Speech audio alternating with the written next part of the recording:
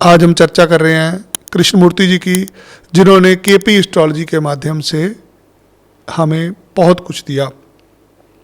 Astrology के अंदर और भी बहुत कुछ है, चाहे हम अंक ज्ञान की बात करें, हस्तरेखा विज्ञान की बात करें, ये सारी की सारी चीज़ें हमें सनातन धर्म की देन है। जो ज्योतिष का जन्म हुआ, क्या ये पैसा कमाने के लिए हुआ, व्यवसाय के लिए हुआ? ज्योतिष का जो जन्म हुआ ये ब्राह्मणों के पास कुल में आया। ये ब्राह्मण विद्या थी जी। और इस विद्या का बेसिक पर्पस जो था, कार्य क्षेत्र रहा जी। वो लोगों की समस्याओं का हल करना था। जहां पर कि उस जमाने में लोग कनेक्ट नहीं करते थे उसे पैसे के साथ, क्योंकि एस्ट्रोलॉजर्स या कह सकते ज्योतिषाचार्य धन नहीं मांगते थे।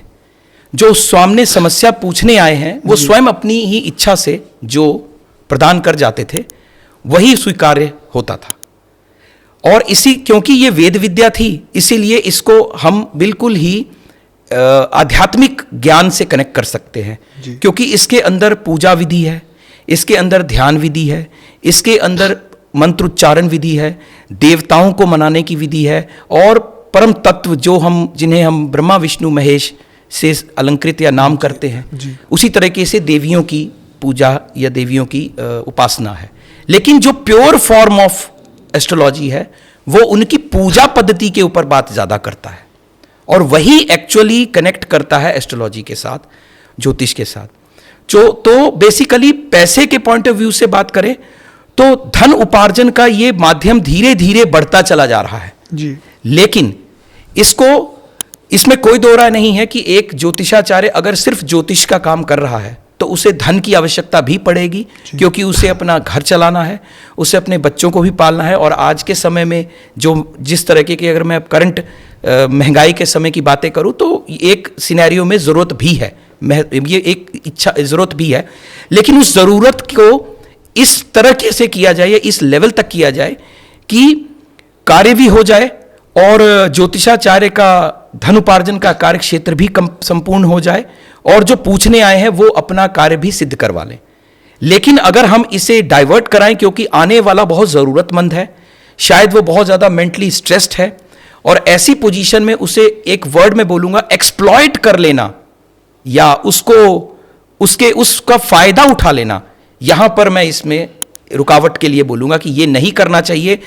मैं इसमें एक चीज़ अभी एस्ट्रोलॉजी का, प्योर एस्ट्रोलॉजी का पार्ट ऐड करूँगा कि हमारी कुंडली में बेसिकली अगर हम काल पुरुष की कुंडली बोलें, जो सभी ज्योतिषाचार्य कहते हैं 10वां घर कर्म है और 11वां घर प्राप्ति है, 10वां और 11वां घर शनि के कंट्रोल में है। काल पुरुष की कुंडली में शनिदेव जो हमारे कर्म फल दाता हैं, तो जो आज हम कर रहे हैं ये किसी को नहीं भूलना चाहिए, इसका फल शनिदेव कहीं ना कहीं प्रदान अवश्य करेंगे, और जब वो करेंगे तो उनकी लाठी की मार शायद ही कोई सह पाए, क्योंकि उनसे बचाव सिर्फ एक महाबली हनुमान ही रहे थे जो बचे, बाकी धरती पाताल आकाश अंबर और कोई भी ऐसा नहीं जो उनकी मारक क्षमता से बचा, वक्र दृष्टि से बचा। तो मैं ये समझता हूं कि हम सब के पास ये विद्या लोगों की मदद करने के लिए है, उसे एक लेवल तक ही हमें यूटिलाइज करना चाहिए, इस्तेमाल करना चाहिए, ताकि हम उस कार्यक्षेत्र में न एंटर कर पाएं जो कि एक लिमिट से आगे बढ़ने वाली बातें हैं।